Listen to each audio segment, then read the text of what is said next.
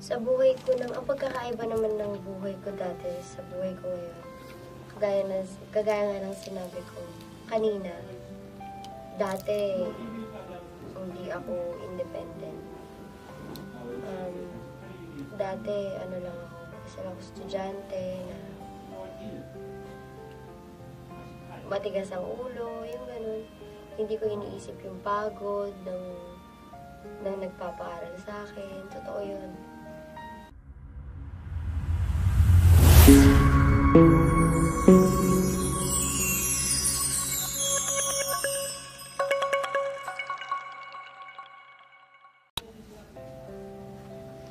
So, audience wants to know about you guys' opinion of our company and how you guys are doing well, like how you guys feels about. So I'm gonna ask you a question. Alright, first of all, how do you think of our company's like vision? Our future, company future, and company's plan for the future, and then, you know what I mean, right? Our plan to go higher. So, do you guys trust our company's plan for our visions? Oh, I want to know how you guys think of our company's visions. Do you think it will work well like that? Masasabi ko, malaki kasi yung tiwala ko dito sa kumpanya. Kasi simula nung nag-umpisa ako dito sa SY, nakita ko kung gaano ka-hardworking yung boss namin. So, si Boss Paul. Aaminin ko na nag-umpisa kami sa maliit na company dahil nga sa hindi pa naman kami ganun kasikat. Nagsimula ako as host dito at hindi ko din naman in-expect na mararating ko yung ganitong level ng sitwasyon dito sa trabaho ko nga. Dahil hindi ko naman naisip na magiging sikat ako. So, parang noon kasi is kontento na ako noon pa sa kung ano yung ibinibigay sa akin ng company, na meron akong trabaho, maayos na trabaho, at hindi nanggagaling sa masamang bagay. Kasi kung hindi naman dahil sa boss ko, wala akong maibibigay sa family ko eh. Wala akong sasakyan ngayon, wala akong bahay na ipinapatayo. So, talagang malaki yung tiwala ko sa kanya, sa company. Ako naman, oo, syempre, una pa lang, pagpasok ko dito, nagtiwala na ako kay Boss Paul. Kasi, sino ba naman ang magiging, sabi nga niya, gawin daw namin siya pangalawang tatay dito sa trabaho. Kaya malaki yung tiwala ko sa kanya. Tsaka, alam namin sa sarili namin na, hindi lang, kasi meron siyang pangarap para sa amin lahat eh. Sabi nga niya gano'n. Gusto niya na isang araw, mas tataas pa yung kinikita namin. Ayaw niya na magstay lang dito sa ganito. Marami siyang pangarap para sa amin. Lalong-lalo na pati sa kumpanya, syempre. Dahil kabilang kami sa kumpanya. Kaya malaki yung tiwala ko kay Boss Paul. Sobra. Ina po. Ako, naniniwala naman ako na yung tanging hangarin ng company ay mabigyan tayo ng magandang future. Lahat ng talents, lahat ng staff. Para sa akin kasi hindi makasarili yung boss natin.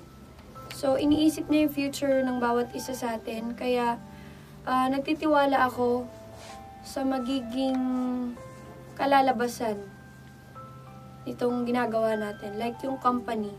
Alam ko, hindi gagawa si boss ng bagay na ikakasira ng bawat isa sa atin. So, may tiwala ako sa future. Alam ko magsasucess ito kung makikipag-cooperate yung lahat sa atin. I mean, kung hindi tayo gagawa ng bagay na ikakasira sa SY. At ng sarili din natin. Yan. Ako naman, malaki din po yung tiwala ko sa company and sa manager po namin. Alam ko din po na di po niya papamak yung bawat isa sa amin. Alam ko din po na bawat isa sa amin is may plano siya para sa mga future namin, isa-isa,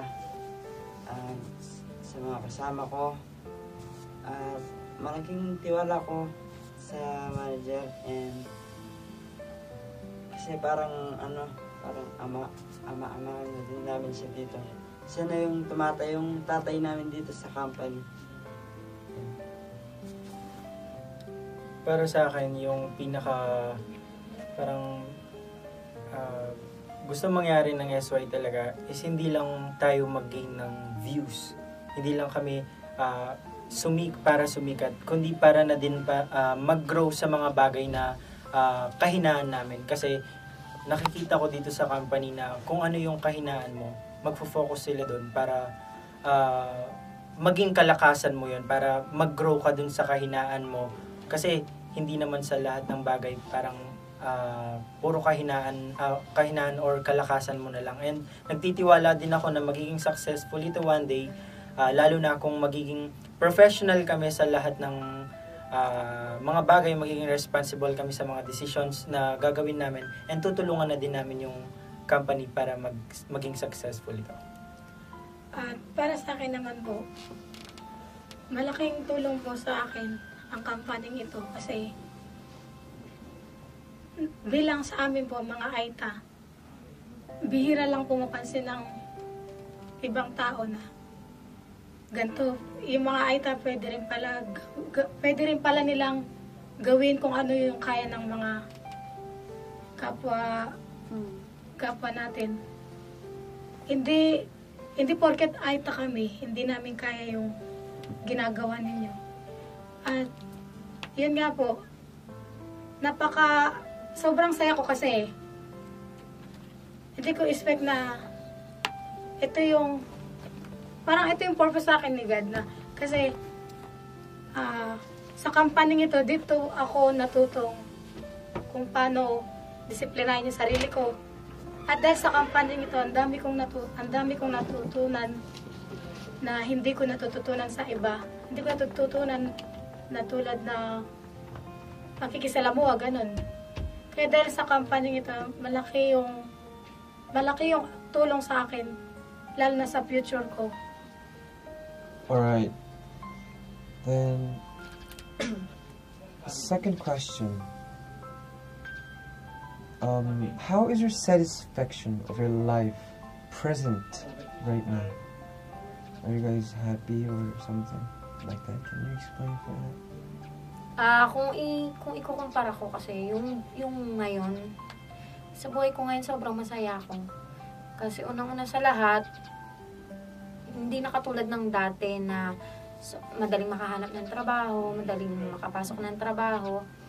Ngayon kasi is sobrang hirap, lalo na sa sitwasyon natin. So, para sa akin, napakasaya ko kasi bago pa dumating yung pandemic, nagkaroon ako ng trabaho dahil nasa company na to.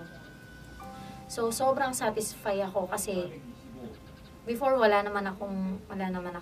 naman ako kilala, wala naman akong sarili kong bahay, at wala akong sasakyan, hindi ako kumikita ng ganun kalaking pera. Kailangan ko talagang alam mo yun, mag-hard work para magkaroon ako ng pangkain namin sa araw-araw. So kung ngayon, kung ano masasabi ko ngayon sa buhay ko ngayon, sobrang satisfy ako kasi madami na akong natutulungan sa family ko, na lalo na ngayon wala din silang trabaho, nakakapagbigay ako sa kanila ng sapat na halaga ng pera para mabuhay sila sa pang-araw-araw. Yun, malaki talaga yung itinulong sa akin. Ang satisfaction ko naman, syempre sobrang saya ko kasi alam niyo ba dati, yung buhay ko dati, ang dami kong hindi alam. Ang dami kong hindi alam sa labas kasi taong bahay lang ako. Hindi ako nakakatulong sa pamilya ko dati kasi nga student ako. Tapos hindi ko alam i-explore yung pakikisama sa lahat, sa ibang tao kasi nga palagi lang ako nasa bahay, kasama ko lang sa mama. Alam mo yung baby ako. Pero ngayon, masaya ako kasi parang namulat ako dahil dito sa trabaho na to. Namulat ako sa lahat ng bagay, sa maraming bagay. Kaya sobrang saya ko kasi nandito na ako sa puntong, nandito na ako sa puntong nakakatulong na ako. Nabibigay ko na yung gusto ko para sa sarili ko, para sa pamilya ko. Yun. Ako honestly, I'm satisfied. I can say that. Kasi, dahil sa SY, mas gumaan yung buhay ko. Nakapagpundar ako ng mga gamit ko, sarili kong gamit, sasakyan. At kung ano pa yung mga plano ko sa buhay, alam ko makukuha ko yun dahil nandito ako sa SY. Sa tulong nila. So, nakapag-provide din ako ng mga gamit na gusto ko. Yan, tulad ng sasakyan. Nakuha ko yan dahil dito sa SY. So, masasabi ko na satisfied talaga ako sa buhay na kung anong meron ako ngayon. Dahil sa SY. Ako din po naman, satisfied din po ako. Kasi dati, hindi mo po nagagawa yung nagagawa ng iba. Ngayon, nakabili ako ng bahay, sarap ng bahay. Tapos nakakabili din ako ng mga damit-damit. Kasi dati, yung mga damit ko, paulit-ulit lang, kahit marami na, susutin ko ulit. Ngayon, nagagawa ko na lahat dahil dito sa SY, kaya satisfied ako. To be honest, kasi before, nagkakapag-work ako, pero hindi sapat yung parang naitutulong ko sa family ko. Pero ngayong nasa SY ako, parang I was able to help them more parang than before. Kaya sobrang satisfied ako kasi yung reason kung bakit ako nandito sa SY talaga is para mag-grow sa weakness ko and para na din matupad ko yung dreams ko para sa family ko. At ako naman, satisfied po ako sa work kong ito. At syempre may permanenteng trabaho na ako dito sa SY. Nasa akin na lang kung aalis pa ako o hindi. Nasa sarili ko na lang yun. At syempre, para sa akin, hindi, ito na yun eh. Andito na eh. Ba't mo pa pakakawalan, diba? Ba't ka pa aalis? Ito na, parang, ito na yung, para matupad ko yung pangarap ko. At, para maibahagi ko rin kung ano ako. At, syempre masaya ako sa trabaho ko ngayon. Sobrang saya ko. Kasi, ngayon ko lang naranasan na gantong trabaho. Sobrang saya pala pag yung trabaho na gustong-gusto mo pala, hindi ka nag-aalinlangan, wala kang nakaapakan, ganun. Ang saya, sobra. Ayun lang po. Alright, so third question is how do I say this? How different is your life between before you come into this company, SY, and then after you get into company? So that means present, diba? How is different is your life? Pinagkaiba kasi malaki talaga yung pinagkaiba sa buhay ko ngayon at sa buhay ko noon. So, unang-una sa lahat, yung buhay ko noon kasi tahimik. Walang humusgang tao, walang pwedeng humusga sa'yo kasi hindi ka nila kilala. At saka, yun ba, yung peaceful. Pero, yung pinagkaiba kasi noon is peaceful pero hirap kayong kumbaga isang kahig, isang tuka. May makita lang silang pagkakamali, pwede ka nilang sabihan ng masasakit. So yun yung pinagkaiba na nakaka-stress, sobrang minsan nakaka-depress, Kasi madami kang mababasa na galing ka sa ganito, galing ka sa ganyan. So, mahirap. Sa buhay ko, ang pagkakaiba naman ng buhay ko dati sa buhay ko ngayon, kagaya nga ng sinabi ko kanina, dati, hindi ako independent. Dati, lang ako, isa lang ako estudyante na matigas ang ulo, yung ganun. Hindi ko iniisip yung pagod ng nagpapaaral sa akin. Totoo yun. Lalo na sa labas, dahil nga taong bahay lang ako, hindi ako lumalabas, wala akong masyadong kaibigan. Ganun yung buhay ko dati. Ngayon, marami na. Halos lahat. Lahat na. Huhusgahan ka. Lahat na. Sasabihin lahat ng gusto nila. Kahit na below the belt man o hindi, wala silang pake kung masasaktan ka o hindi. Kahit na pinapasaya mo lang naman sila. Yun. Dati, simple lang. Simpleng buhay lang. Simpleng tao. Ngayon, simple pa rin naman, pero may kakaiba na. Yung kakaiba is yung kapag lalabas ka, syempre marami nang nakakakilala sa'yo. Hindi ka tulad dati na mga kaibigan mo lang. Ngayon, kahit yung mga taong hindi mo kilala, kilala ka nila, iniidolo ka nila, hinahangaan ka nila. Marami silang nasasabing mabuti para sa'yo. Yung iba, hindi maganda, pero part kasi yun ng bilang isang influencer. Mas kaya ko nang isettle lahat ng kailangan kong isettle para sa life ko, para sa future ko. Yan. Ako naman, simple lang din po yung buhay ko dati. Tapos, ayun yung buhay ko dati. Sa batang kali. Lumaki sa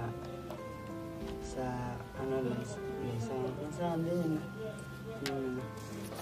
Tapos, ngayon, eto, simple pa rin, lumalaban para sa pamilya. Kahit marami bumabatikos, yan. Wala pa rin nagbago, parang ganun pa rin. Sa buhay ko noon, sobrang simpleng tao lang talaga ako. Actually, hanggang ngayon naman, simpleng tao lang ako. Pero, when it comes sa parang financial, parang nakakatulong na ako sa family ko. Kasi, walang ibang nagsusuporta sa amin. Kaya, parang, nung na-offer sa akin yung trabaho na to, parang hindi na ako nagdalawang isip na mag-sign talaga ng contract kasi alam ko sa sarili ko na madami akong matututunan, mag-grow ako sa maraming bagay at makakatulong ako sa pamilya ko. At sa akin naman, syempre, malaki ang pinagbago ng buhay ko dati at ngayon. Kasi dati ako, lang talaga ako, simpleng tao lang.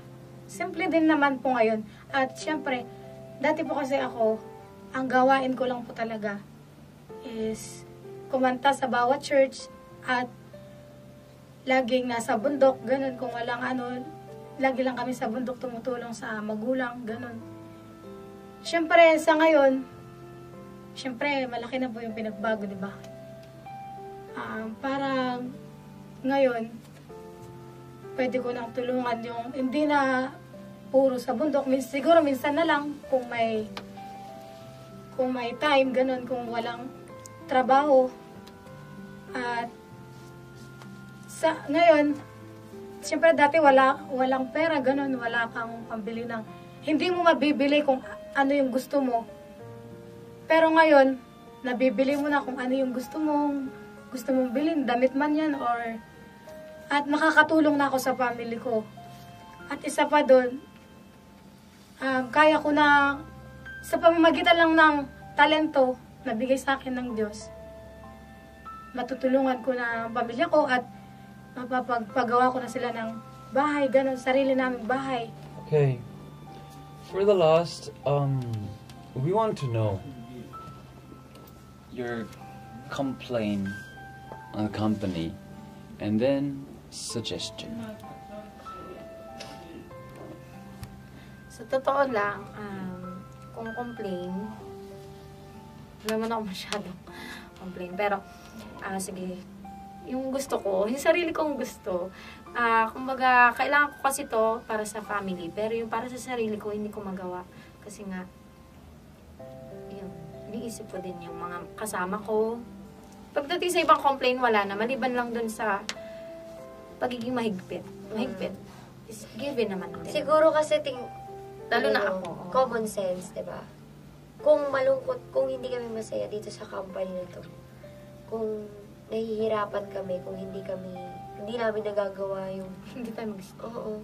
Tsaka makikita nyo naman, di ba? Nakikita nyo naman na hindi dapat kami nag-e-enjoy, pero hindi, nag-e-enjoy kami. Actually, pwede Yun nga naman. lang. May choice naman din kaming mag-resign. Oo. Totoo yan. Tinatanong kami ng company kung gusto niyo bang i-give up. Oo. Pipiliin niyo ba yung buhay niyo noon? Totoo to. Ako maraming beses na akong tinanong si Mariano. Maraming beses tinanong. About company rules, sa pamamalakad ng boss namin, wala. Wala akong complaint. Sa talents lang. Sa kapwa ko talents. Diyan kasi minsan magkakatalo. Siyempre, hindi maiwasan yon, hindi maiwasan. Kahit ako, one day makakagawa rin ako ng mali. Alam ko yun. Pero kung gagawa man ako ng mali, sisiguraduhin ko sa sarili ko na ako lang yung maapektuhan. Na hindi damay yung mga kasama ko. Para wala rin silang masabi sa akin. At mas maging komportable kami sa isa't isa. Ganun. Ako, wala na akong complaint sa company. Ayun, wala man po akong complaint sa company. At kung ano man yung nagawa ko noon, wala man pong kinalaman yung company doon. Sa akin lang po, sarili ko lang po yung kasalanan doon. Yun lang. Siguro, minsan, minsan yung nagtatampo ka din minsan, ganun, kahit yung sobrang saya mo na, totoo po, kahit yung sobrang napapasaya mo sila, meron din yung time na maiinis ka sa isa, ganun. Pero dahil team nga kami, hindi namin hinahayaan na may magtatampo na ganun. Agad-agad pinag-uusapan namin. Yan po yung nakita ko dito. Agad-agad na parang nagtutulungan pa kami. At nagiging masaya ako kasi lahat ng mga talents, parang magkakapatid kami, parang ganun. Sobrang saya ko. Sa akin naman, yung pinaka-ano ko lang dito sa company naman. Okay yung pagtatrabaho ko dito sa company. Yun lang, siguro, yun nga sabi ni Lexie kanina na parang pack one, pack all eh. Yung hirap lang kasi dito, kapag ginawa nung isa yung problem, maapektuhan kaming lahat. Parang, nafe-feel ko na may pagkakonting medyo unfair. Hindi ko minamasama yun. Pero, we're working professionally eh. We're working for our family. Then suddenly, parang, yung kasalanan ng isa, madadamay kami na parang, ginagawa namin na mabuti yung trabaho namin. And gusto ko lang sana na, kahit ako, kunwari, ako yung nagkamali, hindi ko parang, I will feel sad for them kung kaming lahat madadamay. Mas tatanggapin ko na kung pagkakamali ko, sarili kong consequences.